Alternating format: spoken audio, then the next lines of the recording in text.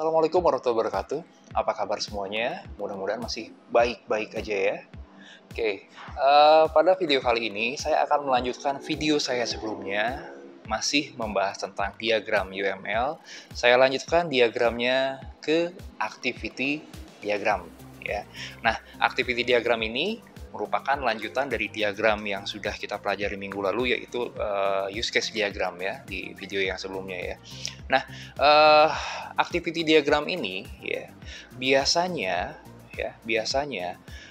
ini merupakan diagram yang mirip dengan flowchart ya. Jadi ini bisa dikatakan diagram yang mirip dengan flowchart ya. Kenapa dia mirip dengan flowchart? Karena di sini diagram activity diagram ini atau diagram aktivitas ini dia menggambarkan yang namanya proses bisnis atau bisnis modeling dan aktivitas ya, aktivitas dari aktivitas aktor terhadap si sistemnya gitu. Kalau misalkan use case diagram di video yang lalu dijelaskan bahwa use case diagram itu menjelaskan apa yang bisa dilakukan oleh sistem.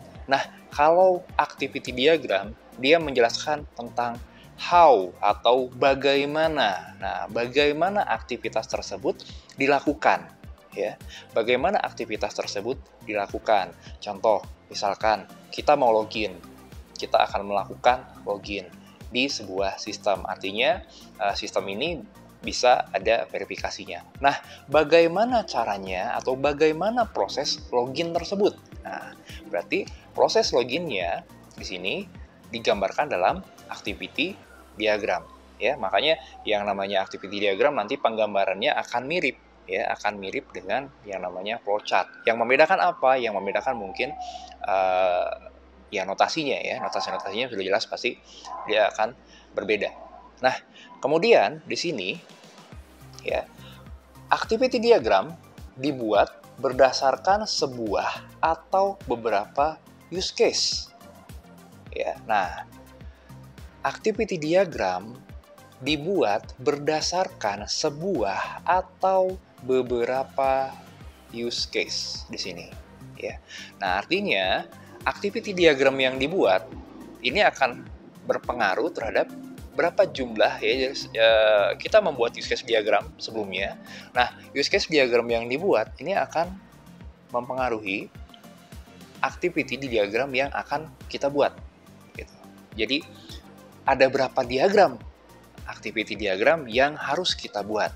Nah, jadi bisa saja satu activity diagram ini menggambarkan satu buah use case, atau activity diagram ini menggambarkan aktivitas dari gabungan beberapa buah use case ya. Misalkan saya punya use case nah seperti ini ya, ini di video yang lalu ya. Di sini ada 4 buah use case: perbesar perkecil objek, melihat objek 3D, menjalankan animasi, melihat list doa, dan identifikasi marker. Nah, ini bisa saja setiap use case ini dibuatkan activity diagramnya ya, sehingga mungkin di sini kita bisa membuat 5 buah activity diagram ya. Tapi mungkin saja tidak 5 activity diagram yang kita buat ya. Mungkin saja hanya 3 atau mungkin 2 ya, karena di sini kita lihat ada include ya, mungkin ini activity diagram menjalankan animasi, kemudian melihat objek 3D dan perbesar perkecil objek, ini akan digabungkan menjadi satu buah activity diagram dengan identifikasi marker, karena untuk menjalankan ini harus melakukan identifikasi marker terlebih dahulu, sedangkan ini terpisah, sehingga mungkin biasa saja ini hanya terdiri dari 2 buah activity diagram. Karena kalau misalnya kita lihat ini hanya ada 2 proses besar ya, yang ini satu dan ini. Jadi mungkin ini bisa digambarkan satu-satu ya, satu buah activity diagram ya, berarti ada 5 buah activity diagram. Tapi bisa saja menjadi 2 buah activity diagram ya, dari diagram seperti ini. Jadi use case diagram ini sangat berpengaruh terhadap berapa banyak diagram activity atau activity diagram yang nantinya harus kita buat, ya. Sehingga di sini dibuat berdasarkan sebuah atau beberapa use case diagram. Nah, berarti activity diagram ini ada notasinya. Ya, ada yang namanya notasi. Ya. Notasinya kalau di flowchart diagram ini banyak ya, akan banyak sekali. Tapi kalau di activity diagram ini notasinya tidak terlalu banyak, ya. Notasinya tidak terlalu banyak, hanya sedikit, ya, hanya sedikit saja notasinya. Ya, mungkin dari yang pertama kali ini adalah notasi state, ya, start dan end state. Saya akan menggambarkan notasinya. Lingkaran hitam, ya, ini untuk yang namanya start point, ya. Dan kemudian lingkaran seperti ini, ya, ini untuk end point. Nah, jadi setiap activity diagram harus dimulai dengan start point dan diakhiri dengan end point. Nah, tapi end point ini mungkin ada beberapa, ada dua macam, ya, ada dua macam tergantung dari aplikasi yang dibuat, aplikasi yang digunakan untuk membuat activity diagram, ya. Sehingga mungkin ada yang bentuknya seperti ini, atau juga bisa bentuknya seperti ini, ya. Jadi ada lingkaran, kemudian ada huruf X, ya. Jadi seperti logo X-Men mungkin, ya, di sini, ya. Oke, nah ini mengenai start dan end state. Jadi kapan kita mulai sebuah aktivitas dan kapan diakhirinya, berarti kita harus mulai dengan notasi ini, ya. Nah, kemudian berikutnya, notasi berikutnya adalah activity itu sendiri. Ya, notasi activity itu sendiri. Activity notasinya digambarkan seperti ini. Ya. Dengan di sini ada nama activity-nya. Nama activity-nya. Ya. Nama activity-nya di sini di dalamnya, ya. Nah, ini adalah notasi activity atau aktivitas, ya. Ya, aktivitas yang dilakukan oleh si aktor, ya. Nah, activity ini, ya, activity ini mungkin bisa ditambahkan atau bisa dijelaskan lagi secara detail, sehingga di dalam yang namanya activity ini ada yang namanya action, sehingga notasinya mungkin akan menjadi seperti ini. Kalau misalkan ini adalah nama activity-nya, nama activity, ya. Kemudian di sini ada action-nya di sini, sehingga notasinya menjadi seperti ini, ya. Nah, penggambarannya mungkin seperti ini. Ini nama activity-nya, kemudian, ya, ini nama activity-nya, kemudian di bawah sini, ya, di bawah sini adalah action-nya, ya. Action ini bisa berupa kata, misalkan entry, ya, entry di sini, action di sini mungkin ada yang namanya entry, ya. Entry ini menunjukkan bahwa ada action memasukkan data, ya. Kemudian juga mungkin ada do, ya, ada do, ya, seperti ini. Ini berarti ada sesuatu yang, ada aktivitas yang dilakukan mungkin oleh si sistemnya, atau juga mungkin oleh aktor juga bisa, ya. Nah, contohnya mungkin bisa dilihat di slide atau nanti akan saya berikan lagi contohnya, ya. Oke. Nah, kemudian ini ada activity, kemudian tadi sudah ada start point dan end point, kemudian notasi berikutnya ada, nah ini, ya. Nah, sorry, ya. Ada jajaran genjang seperti ini, ya. Ini adalah notasi sama dengan di flowchart. Ini adalah decision, ya, notasi decision, ya. Berarti di sini biasanya ada true dan false, ya, kemudian ada iya dan tidak, dan lain-lain, ya.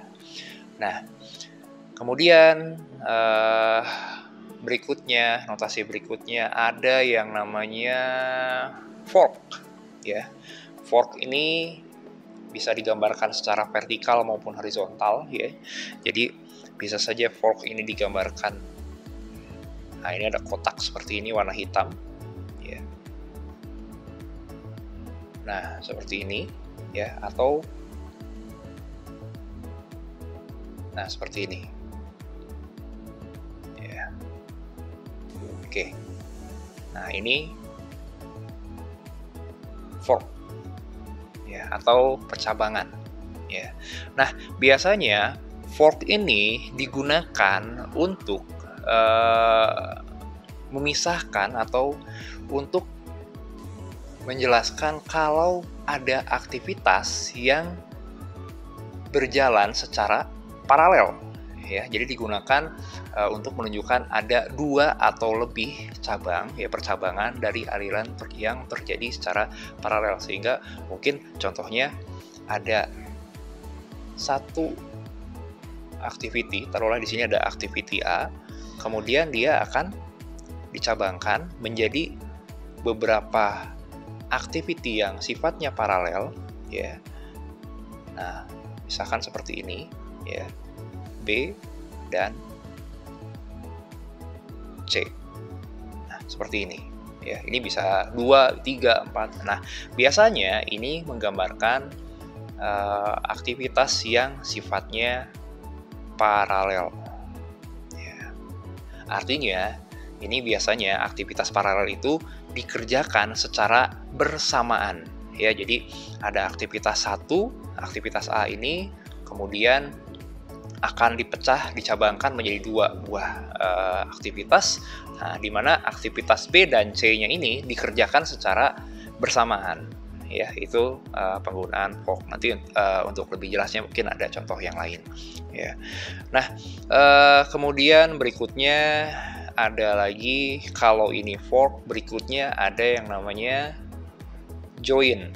Berarti dari beberapa activity, ya, menjadi satu buah activity, ya. Penggambarannya juga bisa berupa vertikal, ya, bisa vertikal maupun horizontal, ya.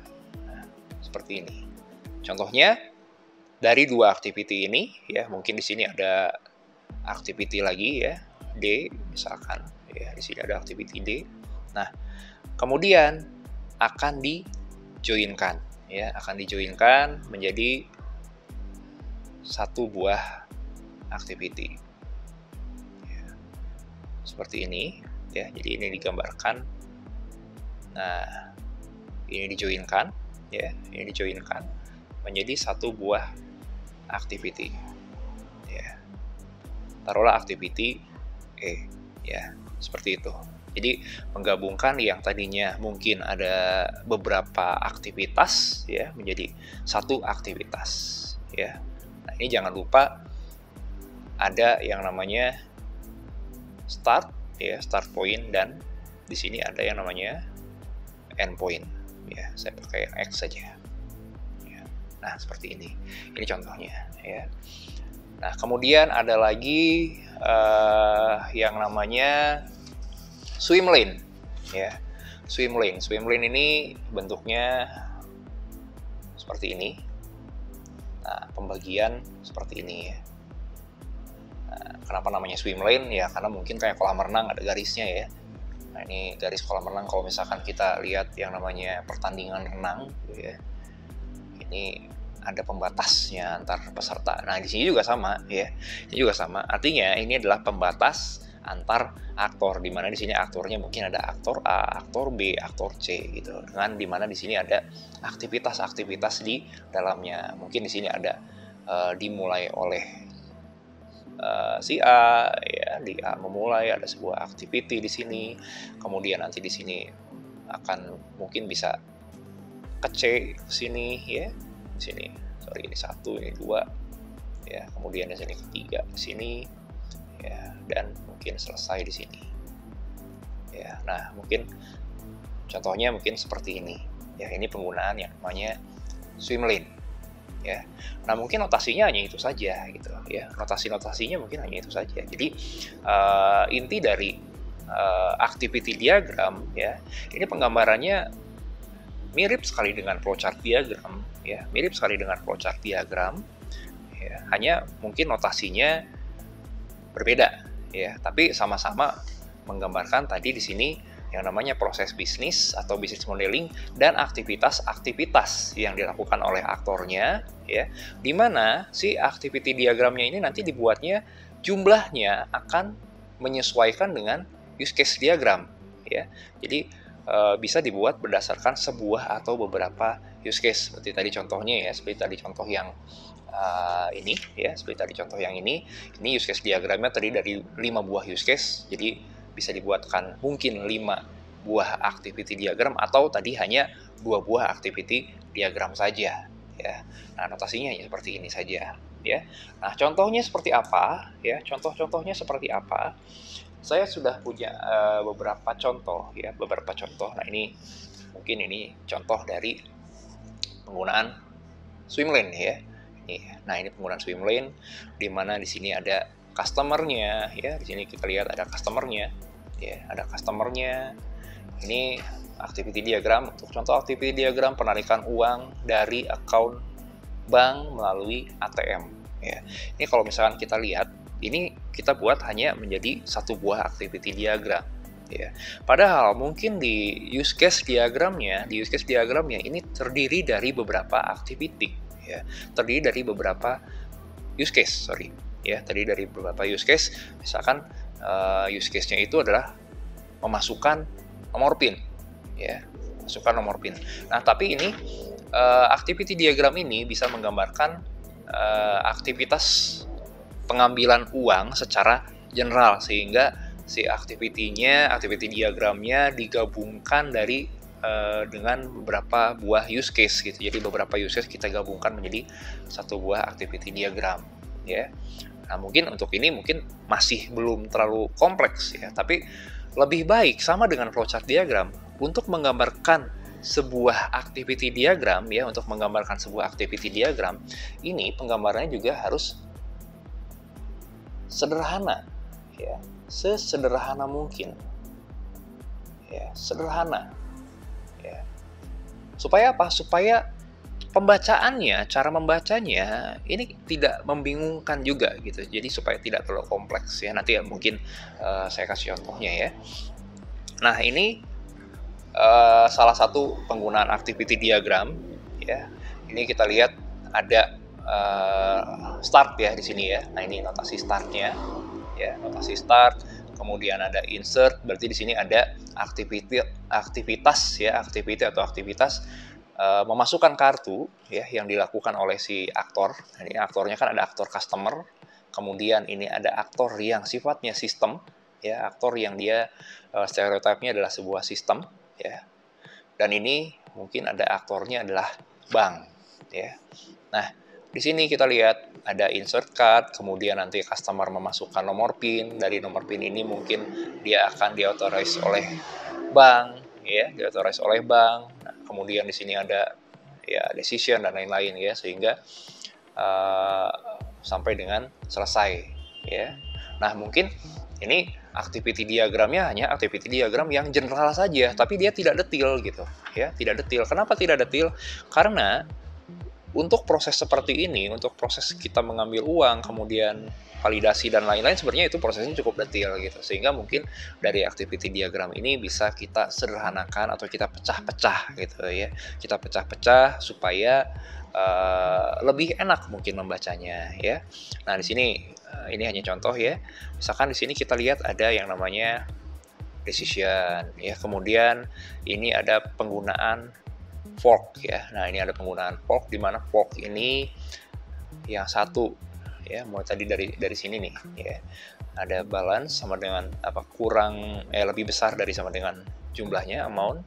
Kemudian di sini ada percabangan ya, take money, dan satu lagi di sini ada debit account. Jadi ada dua aktivitas, yang satu dilakukan oleh si customer, yang satu dilakukan oleh si bank gitu. Nah, kemudian aktivitas ini di-join ya, di-join. Nah, ini joinnya ya, di-join gitu ya. Kemudian di sini ada decision lagi. Nah, uniknya, nah ini uniknya saya yang lebih jelas aja ya. Nah ini nih, ya uniknya dalam activity diagram yang namanya decision, ya, yang namanya decision biasanya ditutup lagi oleh seperti ini, ya, diawali oleh ini, ya. Nah ini jenis kilat, jenis normal, kemudian pengiriman semalam atau pengiriman biasa, kemudian ditutup lagi oleh ini, diawali oleh ini, ditutup oleh ini. Ini namanya merge, ya. Jadi diawali oleh decision, ya, kemudian nanti ditutup dengan yang namanya di sini merge, ya. Ada yang namanya merge, ya, atau penggabungan dari notasi decision ini, seperti ini contohnya ya. Jadi ada decision, ya, ada decision, kemudian ada merge, ya. Nah ini sama seperti ini. Ya, nah ini juga contoh diagram aktivitas sistem order, ya. Terima order, kemudian nah ini setelah terima order, kemudian kita lihat di sini ada yang namanya fork, ya. Terima order, kemudian di sini melakukan pengisian order sekaligus dengan mengirim faktur gitu ya. Sifatnya berarti di sini aktivitas yang dilakukan secara paralel ya. Kemudian isi order, kemudian di sini ada pilihan mau jenis kilat atau normal nih ordernya gitu kan ya. Nah, kalau normal berarti pengiriman biasa, kalau jenis kilat berarti aktivitasnya pengiriman semalam. Nah, berarti kemudian kita merge, kemudian di sini kita join ya. Kita join, tutup order, end, selesai ya. Kemudian contoh lain ya, contoh lain lagi. Nah, ini ya. Kalau yang tadi tanpa order, tanpa swim lane ya, tanpa swim lane. Kalau ini kita gunakan swim lane ya, sehingga lebih jelas ya. Ini pengiriman, customer service-nya, ini bagian keuangannya. Customer service menerima order, kemudian ke bagian pengiriman mengisi order, kemudian bagian keuangan mengirim faktur ya, kemudian bagian pengiriman menentukan jenis ordernya ya, bagian keuangan menerima pembayaran, nanti kalau sudah dikembalikan lagi aktivitasnya ke bagian customer service ya, untuk melakukan aktivitas di sini adalah tutup order ya. Nah seperti itu ya. Nah mungkin cukup sederhana ya pembahasan untuk activity diagram ini ya. Nah di video yang lalu saya sudah memberikan contoh salah satu use case diagram yang cukup banyak cukup banyak use case-nya ya. Nah ini ya, nanti akan saya berikan linknya untuk mendownload diagram ini ya, contoh dari pengerjaan diagram ini, pembuatan diagram ini, dan saya berikan linknya ya. Nah ini kalau misalkan kita lihat ini use case-nya banyak sekali ya, ada beberapa aktor, 1, 2, 3, 4 ya, ada 4 aktor dengan use case-nya banyak sekali gitu. Nah artinya ini use case-nya akan berpengaruh ke activity diagramnya ya. Misalkan di sini ada activity diagram ya. Nah di sini use case activity yang dilakukan oleh pasien, di mana pasien ini memesan ambulan, sehingga nantinya akan dibuatkan yang namanya aktivitas atau activity diagram untuk memesan ambulan. Nah contohnya seperti apa? Nah contohnya ini nih ya, saya langsung saja. Nah ini ya, ini yang sudah jadinya ya. Nah yang sudah jadinya ya. Nah ini activity diagram ya, activity diagram memesan ambulan ya, activity diagram memesan ambulan, di mana di sini nah dimulai dari si aktor ya, si pasien tadi, di mana tadi kan si aktor yang melakukannya ini adalah seorang pasien ya. Nah ini pasien ya, kita lihat ya, ada pasien dia melakukan klik pelayanan ambulan ya, klik pelayanan ambulan di sini ya, klik pelayanan ambulan. Nah ini setelah diklik pelayanan ambulan, ya, klik pelayanan ambulan, kemudian dia akan memasukkan titik jemput dan tujuan. Artinya si aktor ini dia akan menentukan saya mau dijemput di mana gitu. Nah, di sini ada penjelasan secara detail dari activity diagramnya dengan memasukkan yang namanya action. Nah, inilah actionnya gitu. Jadi, nah ini ya. Nah, masukkan titik jemput. Berarti di sini ada entry. Entry di sini berarti menginputkan. Ya. Aktor akan menginputkan titik jemput dan di sini entry juga masukkan titik tujuan. Nah, ini yang namanya action. Ya, ini yang namanya action tadi. Ya. Kemudian, ya, sistem akan mencari ambulan. Ya, sistem akan mencari ambulan. Ya. Nah, do mencari ambulan terdekat. Berarti sistem di sini dia akan melakukan pencarian terhadap ambulan yang ada. Ya, ambulan yang terdekat ini maksudnya ambulan yang stay di klinik terdekat gitu ya. Nah, kalau ketemu ya, kalau ada ya, berarti dia di sini ya, ambulan ditemukan, kemudian di sini ada, nah ini ada exit, ambulan ditemukan ya. Kemudian kalau tidak, berarti dia balik lagi gitu ya. Ini baru yang activity diagram untuk memesan ambulan. Bagaimana dengan activity diagram yang lain? Activity diagram yang lain juga sama, ini dibuatkan ya. Nah, ini 1, 2. Sehingga kalau misalkan kita lihat ya dari use case diagram ini ya, use case diagram ini nanti ini diagramnya ada sekitar, kalau saya lihat di sini ya. Nah, ini ya.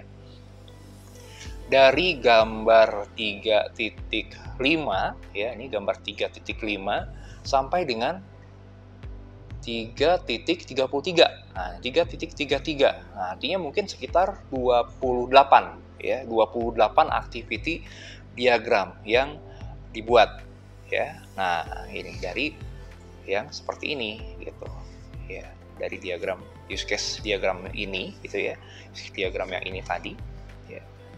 Ini dibuat menjadi 38 activity diagram ya, banyak juga ya. Nah ya, jadi memang bergantung dari use case diagram yang dibuat ya.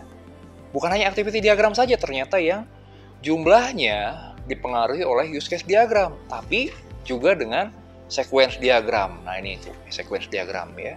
Nah, sequence diagram juga, nah, di sequence diagram sama dengan activity diagram, bisa dibuat dari satu buah use case diagram atau gabungan beberapa buah use case ya. Dari satu buah use case atau gabungan beberapa use case. Berikutnya mungkin ada yang namanya state diagram dan lain-lain ya. Nah, itu. Ini nanti file use case diagram ini ya, use case diagram yang ini berikut dengan activity diagramnya ya, activity diagram sebanyak ini nanti akan saya berikan link downloadnya ya, link downloadnya, dan ini saya ambil dari skripsi ya, saya ambil dari skripsi. Nah, ini skripsinya ya, nah ini skripsinya, rancang bangun aplikasi appointment pelayanan klinik dan ambulan berbasis Android ya, ini oleh Muhammad Habibi Asmi ya, program studi teknik informatika ya. Nanti filenya akan saya kirimkan, tapi saya berikan linknya, tapi mungkin tidak semua babnya ini mungkin saya akan kirimkan ya. Jadi saya akan hanya mengirimkan potongannya saja demi keamanan ya, supaya tidak terjadi yang namanya plagiasi, supaya tidak terjadi yang namanya peniruan ya. Jadi supaya tidak ada yang plagiat gitu ya. Jadi hanya sebagai contoh saja gitu. Oke, mungkin pembahasan activity diagram ini cukup singkat ya, karena memang ya hanya segini saja gitu yang harus dibahasnya gitu ya. Nah, tapi apabila dirasa masih kurang jelas ya, apabila dirasa kurang jelas, silakan sampaikan pertanyaannya ya, silakan pertanyaannya disampaikan ke saya melalui nomor WhatsApp saya ya, atau juga bisa juga melalui email saya, atau juga bisa dengan mengisi kolom komen ya, silakan komen di video ini sampaikan pertanyaannya. Nanti kalau misalkan saya sempat, saya akan membuatkan lagi jawabannya dalam bentuk video juga mungkin, ya. Nah, kalau memang video ini dirasa bermanfaat, ya, silakan di-share kembali, ya, silakan di-share kembali, dan juga jangan lupa untuk subscribe channel YouTube-nya, channel YouTube Perguruan Tinggi Indonesia Mandiri.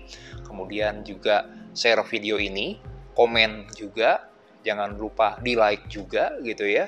Dan juga jangan lupa untuk follow juga akun resmi dari sosial media Perguruan Tinggi Indonesia Mandiri ya, nanti di Indonesia Mandiri BDG di Instagramnya, dan juga Facebooknya ada fanpage-nya Perguruan Tinggi Indonesia Mandiri gitu ya. Mungkin sekian dulu video dari saya mengenai activity diagram. Terima kasih untuk perhatiannya, semoga video ini bermanfaat. Wassalamualaikum warahmatullahi wabarakatuh.